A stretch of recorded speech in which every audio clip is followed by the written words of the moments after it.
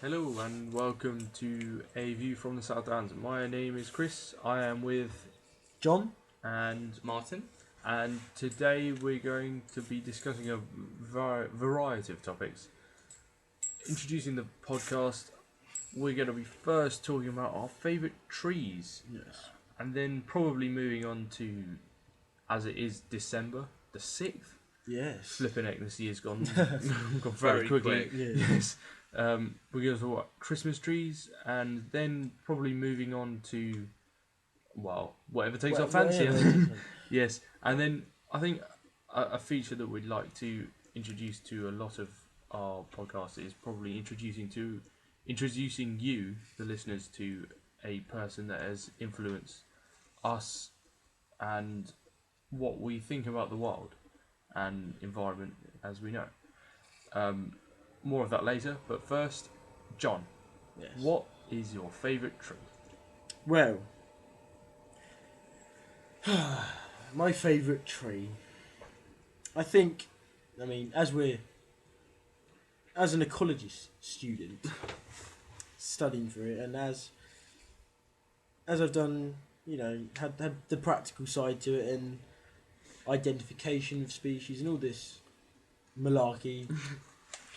I'd have to say the first tree was probably my favourite that I learnt to identify and learnt the Latin of and all the winter and spring ID and all this stuff. It would probably have to be Ash or Fractures Excelsior. Even the name sounds cool, a bit of a Harry Potter spell. But yes, it's a pretty cool tree. It's it burns green, so you can cut it down and burn it straight away. And the winter buds look pretty cool. They look like a goat's hoof, and they're black. And they're just easy to identify, and it's an easy name to learn, and it's just a nice tree. But I think that's mine. that's a very, very interesting choice, and I think definitely a topic for another. Yes. You could talk for hours about the current situation of Ash, and I think that must come up in a. Which I'm taking quite hard. I'm sorry, The John. potential loss to my favourite tree, but yes, that is another story. But Yeah. Chris? What is your take Well- on your favourite tree? Well, being from a very arboricultural background, which means basically You love trees. I love trees, and I've spent a good proportion of my life studying trees and looking at them. I think probably my favourite tree would have to be Platanus cross hispanica, Ooh. which, well, in normal terms is the London plane, which some of you may or may not know is, in my opinion, a very beautiful, very interesting specimen, which I think you should all check out. And beneficial to the environment. Yes, Well, I think it's a again another topic I could talk for days and days, and as these guys will testify, I could talk for days about this tree. Yes. You talk about any tree, thanks, Chris. That is very true. Martin, have you got any preferences? Well, Oh dear. as me and John have to do a module on our work placement, we are currently doing it with the Brighton and Hove City Council. The vast majority is copsing. However, there are vast areas of which we need to clear, which include both Crataegus monogyna, common name Hawthorn. right, and blackthorn, which is Prunus mimosa. And well, besides from being absolute nuisances, I can think of a lot stronger words to say. yes, but They I don't think we can. They say do have that. tasty berries. If you ever come across That's not a a blackthorn, euphemism, by the way. definitely try one of their berries. They are so juicy. He is definitely joking. I am definitely The not. slow berries are not for eating. However, they are favourable for slow gin, which you may see in Yes. many supermarkets. It's basically like when you put Skittles in vodka, but you just put a couple of berries and some gin in it. It makes a nice Christmas present, However, Depending how you make it can be incredibly strong, and I have tasted a strong variety, and I definitely suggest you doing it. It's obviously just type in sloe gin on YouTube and on Google, and you'll find millions of recipes. It's a very good winter warming drink. I think is a good way of describing it. In all seriousness, though, dogwood is. It's not. I wouldn't say it's a tree. Sanguinea. I wouldn't say it's a tree as such, as I'm sure we could. They are very aesthetically pleasing Yes, shrubs. they do have predominantly red stems, which are very, very invigorating, and attractive through the winter. Yes, it brings a bit of colour to the winter scene. Yes, they are, and also through the autumn where the leaves change from green to a distinctive red colour. They are very attractive for certain people, particularly myself. Yes. As you can probably tell, we do take a keen interest in trees and in wildlife mainly. A bit of background: we are all three ecology students studying at the University of Brighton, and we are currently living in a small, little, tiny, minuscule village called Plumpton Green. Yes, it's about one shop big, and literally it's the middle of nowhere. Yes. It's a very beautiful part of the world. Yes. We have the downs on one side, and on the other side we have beautiful woodland, farmland, and beautiful places. Yes. And in contrast, we do have Brighton, the city, which is of much diversity, meaning. Yeah. Which is very, very liberal. It is one of the best places to visit and live in. I would have thought in the world. I think we all agree it's personally it's my favourite city or town in the world. It's a city, I think. It's got a cathedral and it's got city. 200,000 people living in it. So I think it's technically a city. Well, it's got the characteristics of a city. I'm trusting John here. Yeah. It could be completely wrong, but it is a beautiful part of the world, and I definitely guarantee you, if you're ever in sort of around the south sort of coast area, visit Brighton. Good chip shop. Harry Ramsden. Good night out. Buddies. Yes. Quite good. Yes. And to be honest, I mean they have. It's such a good place, and I mean no one really cares about anything what you do there, you know. There's no one else that I can think of that really has a gentleman's lap dancing club next door to an all gentleman sauna. So I think that just sums up Brighton in the best way possible. I mean, I haven't obviously visited it. Well, I mean, yes, Plumpton, you get enough of that, but yes. Yes. Before we go into that, I think we should delve into the. I think we should move away from this crevasse topic of Plumpton. before we get too deep. I think that's a good idea. Yes. I am a arboricultural student, which means I like trees. A bit too much. pretty much. A bit too much, and A sexual attraction, would you say? No, I wouldn't say that. But Really? Almost. Physical attraction. yeah, physical. A physical attraction. Almost tree hugging. Yes, almost. Almost tree hugging. But you do like to chop them down. I do like to calm down. Yes, I specialise in trees. That's all I'm good at. To be honest, I can't do much else. Whereas the two guys sitting next to me are very knowledgeable in a wide range of sort of different habitats and stuff like that. So I'm trees. The rest of them are sort of everything. We deal with everything. The general countryside, let's say. Yes, the general countryside. Well, to be fair, we all have a quite a good understanding of everything. You know, from farming to forestry to Salt conservation. Yeah, salt marsh. That's it. Do you like salt marsh? I think that's a bit of a sore subject right now. Yeah. Yes, very cool. And Heathland. Damn that Heathland. So we're gonna move away from that topic now, but we're gonna talk about seeing as it is the 6th of December. Flipping out, it's gone round quick this year. It's stupidly quick. Under 3 weeks till Christmas. We're going to talk about Christmas trees. Yes. And in my opinion, the importance of a a real Christmas tree in someone's house. I think it's just the best thing when you have a living organism in your house and everyone sort of the smell, the texture, the it's just amazing. But I mean, Chris, gonna have to stop you there because these these trees you're cutting down to produce these natural and living trees. They've been sitting in plantations for 50 years, and I mean, and someone comes along and they just chop the top off the tree, and I mean, I think that's just such a waste. The tree clearly dies and it just is left, and it's just a waste. I mean, this is. I have to point out, John does not have this view, but this was a comment that was made on a social networking site. I'm not going to name names. It does involve faces and a couple of books. And yes. And it's definitely not Bebo. I think we can guess which one is. But basically, someone made a comment about how Christmas trees are basically trees that are cut from the top and the stem has been left. And I can't believe anyone has even suggested that is true. It's ludicrous.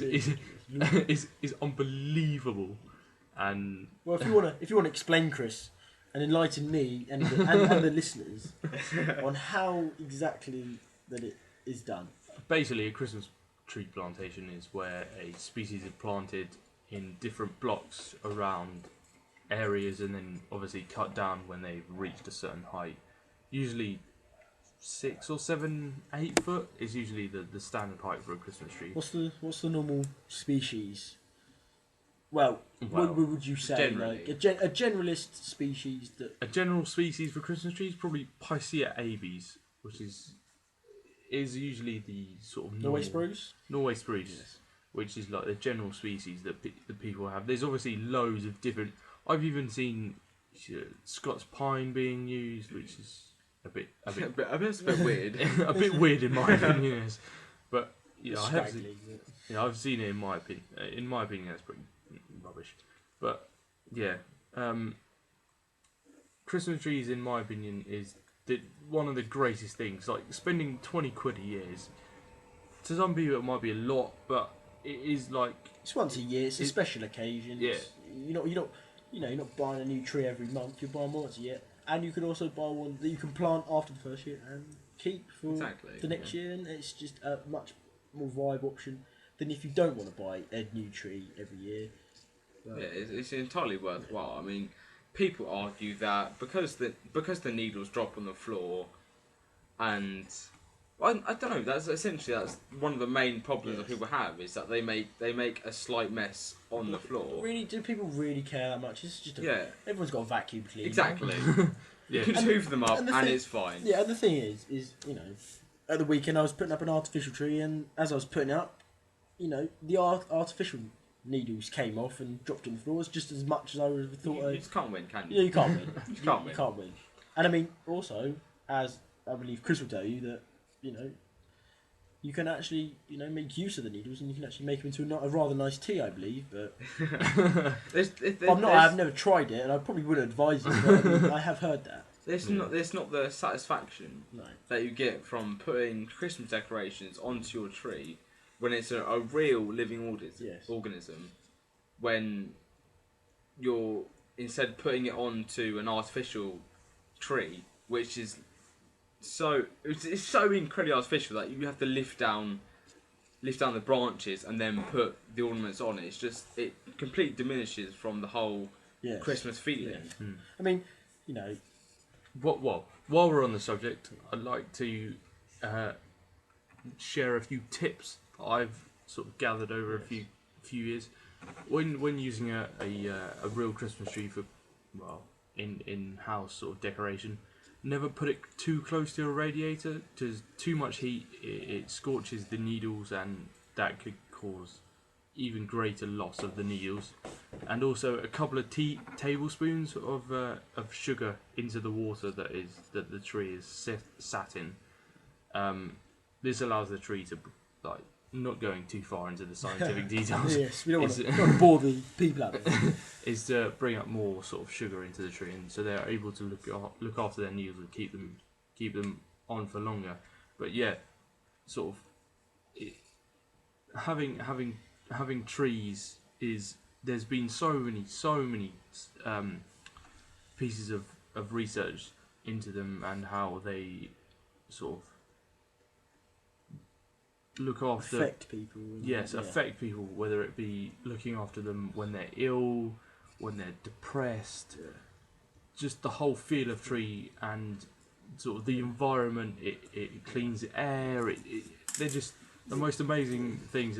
Maybe I'm a little bit biased on this subject. Well, no, I think we all agree here that having a natural tree is the way forward and the best thing for it, because a Christmas tree is kind of one of the icons of Christmas, and as soon as you see that tree and as soon as you see it decorated, it makes you feel happy. You walk into a shop, you walk into a business, you walk into school, instantly makes you feel good.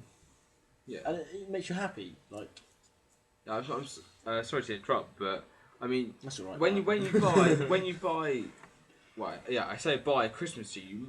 I'm not saying you have to, but you should buy from a local resource where they're managing their woodlands and they're making an income for themselves, as opposed to certain other large chain supermarkets where they sell these trees at a cheaper rate because they literally fleece people for their produce. Well, if we go back, this is kind of go back to what we were talking about slightly before, that these trees potentially could be imported, and imported trees, as we know, I don't know if people out there know, but of course this was the introduction of ash dieback, and it kind of seems pointless, importing a tree from a different country where you can easily get them in this country for a fair price, and you can be supporting someone and you can be buying locally. Exactly. Basically, the top tip for this Christmas from us is buy local and buy good quality. Don't skimp on money and buy a rubbish tree from a local sort of known. In the wide scale of things, they're not expensive. They're really not. I mean, some people there, I can see how they could be seen as an expense, not really worth it to some people. But if you can afford it, do it, because honestly, it will make your Christmas a lot better. As Chris. Oh, who is it that stated that you can simply replant it, and hopefully if you look after it properly, it can grow for the next year, and then it won't cost you a single penny when you then use it for the following Christmas. Yes. But lean on from talking about the management of, obviously, growing the trees for woodland management. It kind of links onto I think what we all hold in the view is people in this country seem to have a bit of too much of an emotional attachment to trees. This is a very sore spot for me, I think. If we look at a lot of continental countries such as France and Germany, their trees are managed in a very, very harsh, specific way. Their trees are. They view them as a commodity rather than a sort of a product. It's a product rather than a visual product. It's not kept for the beauty of the tree. It's kept for, they manage it in a way that they've got the environmental and ecological benefits, but on the other hand, they do it in such a way that they can get product from it, and they're not clear felling a whole woodland. They do it in rotations, and they make the most of the money. And I mean, there is still, strangely, when you think about how much, how much products are made from plastic, there's still a lot of products out there and a use for wood. I mean, I in my opinion, so much more stuff should be made from wood. I mean, so much more. I mean, it's such a beautiful. Building, houses. I mean, a wooden house looks so aesthetically pleasing, and if you can resource the wood from a woodland a couple of miles down your road, a local woodland, or even your own. Yeah, or even your own, it can be so much cheaper than actually paying for building materials, and it's Increasing the carbon footprint. you reduce your you don't want your building materials potentially being flown on from the other side of the world. You can just stroll down to a local woodland, and you can always some people out there have got these disused coppices that have overgrown. They're providing good wood, and you can just go down there and you can. They'll be quite happy for you to restore the coppice. I think this is bringing us too far on to Yes. who we will be talking about later on. But I think the main fact that I want to put across is that wood is good. wood is good. Basically, wood is good. And also, woodlands, the way we know them now, are not natural. They are managed woodlands, and if you don't carry on managing them, they will not be ecologically and environmentally beneficial, because the way they've been managed has suited the ecology of the area. You get different species going to different types of woodlands, like coppice or plantation, and if they go, then that area of the habitat is going to be gone.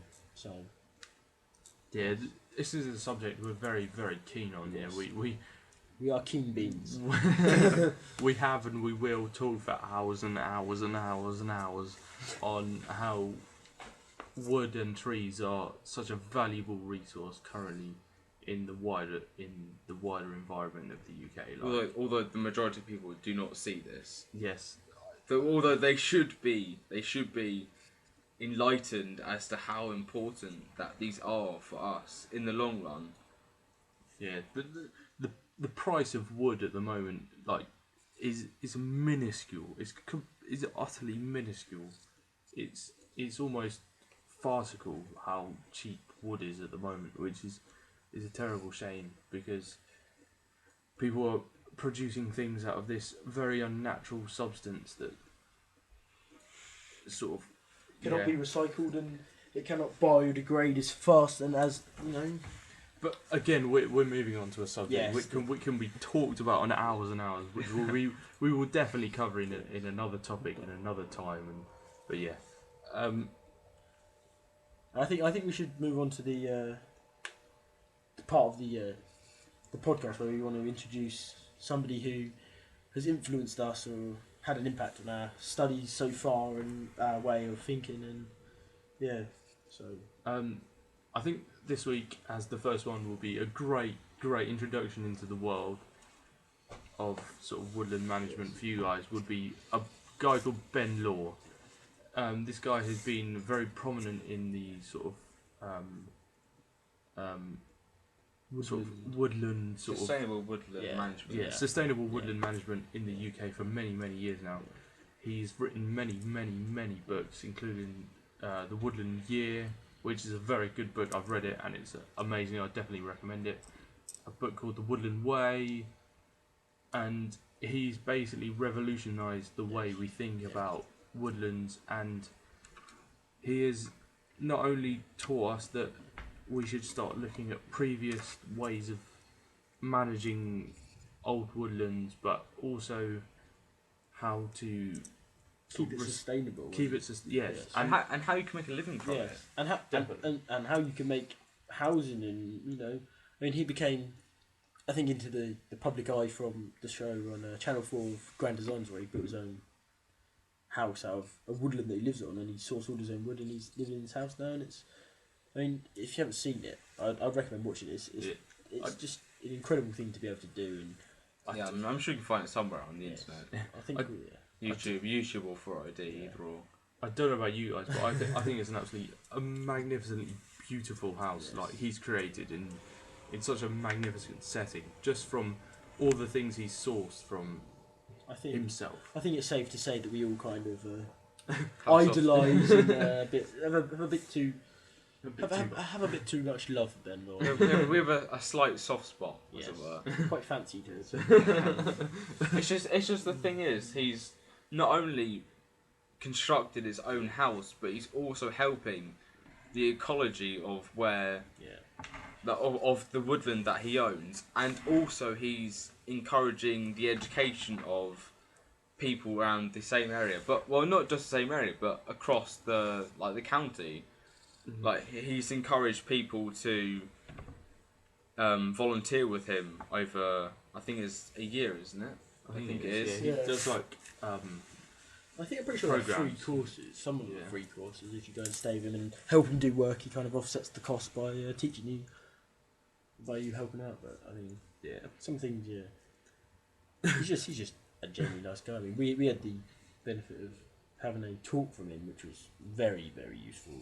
I mean, it was very just to see how passionate he is for what he's doing. And, yeah, kind of. I think that's it. If you've got the passion for it, I think That's what basically. that's what you need. That's you what need more people like Bedlaw, yeah, you know, pretty much. who understand what they're doing, who are passionate what they're doing, and they're not out there to make millions. They're just out there to make a living and help the environment. You know? Yeah, help conserve the environment around us. Yes. I mean, yeah.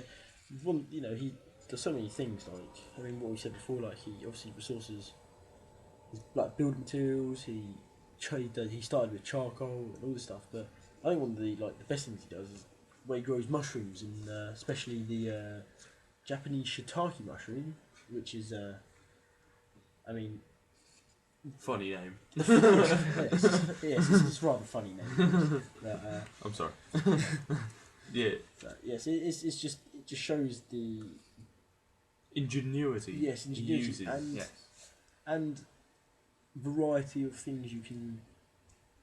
He uses everything possible Yes. from his woodland that you can And he- make a viable He income works from. all year round, but the thing that I found from when he came in to talk to us is that just the fact that he takes time out in the summer to, after doing all the work, he takes time out to actually enjoy what he's admire. doing, admire Yeah.